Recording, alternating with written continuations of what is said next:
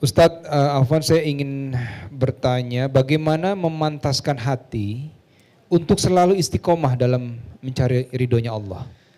Istiqamah dalam mencari ridhonya Allah. Bagaimana memantaskan hati untuk istiqamah mencari ridhonya Allah Subhanahu wa taala. 3 caranya.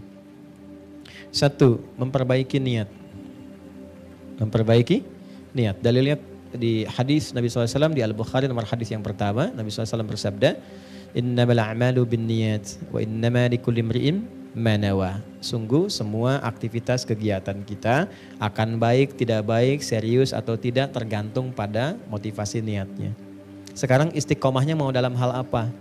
Tadi ingin mendekati Allah, maka niatkan dulu. Saya ingin betul-betul berniat untuk mendekati Allah.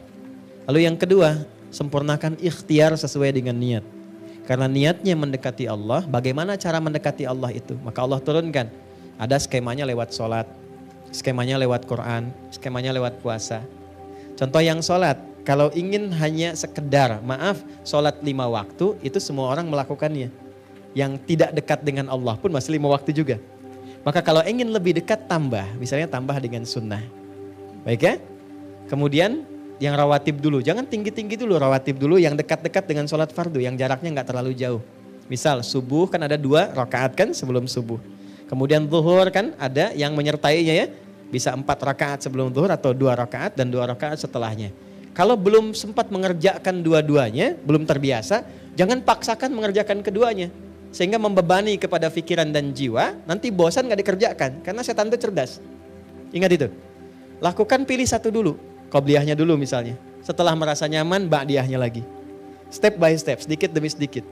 Setelah itu, coba dengan tahajud untuk mematangkan hati. Tahajud itu spesial. Kalau sudah bisa tahajud, istiqomah itu gampang sekali. Karena tahajud itu salah satu ruang dan jalan yang mendidik hati kita untuk tersentuh dengan kuat. Dan memotivasi diri untuk bisa konsisten dalam kebaikan. Itu tahajud. Ya, itu ada di Quran. Misalnya surah 73 ayat yang ke-6. Inna nasyi'atal laili hiya asyaddu wat'aw wa aqwamu qila. Kalau Anda bisa bangun malam, itu yang paling kuat memantapkan hati dan setiap yang diungkapkan itu menyentuh kepada jiwa. Beda curhat malam hari dengan siang hari itu lain. Anda doa malam dengan siang itu beda. Nah, tahajud itu jangan harus langsung kerjakan 11, 2, 3, ya, terlalu banyak. Kalau belum pernah mengerjakan, rumusnya di hadis Muslim nomor hadis 749 dari Ibnu Umar, kerjakan 2 dulu. Ya, sholatul laili mathna, 2 aja dulu. Dan 2 pun, 2 jangan pilih dulu yang panjang-panjang sholatnya.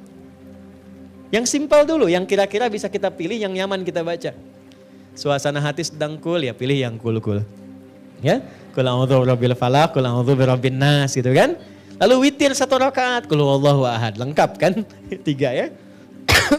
Dan bangunnya jangan terlalu malam, pepetkan ke subuh. Pepetkan ke subuh. Sekarang misalnya kita dapati subuh 4.25 misal gitu kan.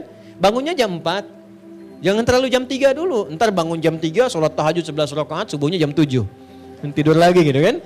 Ya pepetin dulu ke subuh supaya beban ringan kita dapati, dekat ke sholat fardu, nggak nunggu lama. Setelah nikmat itu baru tambah lagi 4 rakaat, tambah lagi naikkan suratnya ke ad-duha misalnya, sampai kita mendapatkan konsisten dengan 11 rakaat setidaknya. Ya, itu caranya. Yang ketiga, bergaul dengan orang soleh. Ya, di rumah angkat semua jadi soleh. Ya, punya visi, ayo kita bergerak jadi lebih baik yuk. Ya, bukankah kita ingin bertemu lagi, ingin dapat rahmat Allah. Pengen samara tapi jauh dari yang punya. Cuma ditulis saja di depan pintu, keluarga samara. Pintunya yang samara gitu kan. Nah, sakinah mawaddah rahmah itu kan punya Allah. Dekati yang punya kita dapat. Itu di Quran surah 30 ayat ke-21. Itu kuncinya.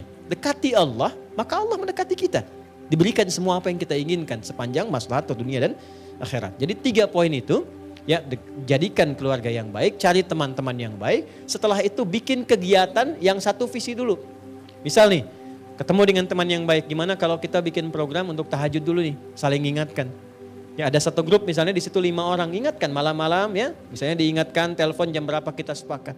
Setelah itu naik level ke puasa sama-sama. Ya, puasa Senin Kamis, Senin puasa, Kamis puasa, kumpul ngajak bareng-bareng. Tadi saya dengan Mas Baim diskusi itu di bawah nanya, Ustadz, motivasi saya kenapa puasa Senin Kamis itu? Apa hikmahnya? Saya bilang Senin, Nabi pernah ditanya kenapa Rasulullah puasa Senin. Kata Nabi, hadza yaumul wulidtu. Ini hari lahir saya puasa. hari lahir saya. Pesannya di situ dua. Satu, dalam setiap hari kelahiran kita, syukuri itu kepada Allah. Apa hikmah puasa itu? Puasa itu bagian pentingnya adalah cara mendidik kita menjadi lebih baik. Makanya jarang ada orang sedang puasa berbuat buruk tuh nggak ada. Pemarah pun kalau sedang puasa nggak akan marah. Wah, dimarah, dimaki orang nggak marah dia. Padahal udah 5:30, ya kan? Nggak marah. Ditanya istrinya, "Pak kok nggak marah?" Ntar habis maghrib. Habis maghrib dia lupa kan? Dia jaga tuh. Jadi singkatnya Pak, ketika puasa itu datang hari Senin, spiritnya boleh Anda puasa saat hari kelahiran. Saya Anda hari Rabu puasa, boleh silahkan. Tapi inti dari situ adalah bukan karena puasanya. Coba saya 40 tahun nih, tahun depan misalnya kan, begitu pas di harinya, tanyakan selama 40 tahun ini sudah berapa kebaikan yang saya kumpulkan. Apa resolusi kita menjadi lebih baik daripada itu? Itu spiritnya.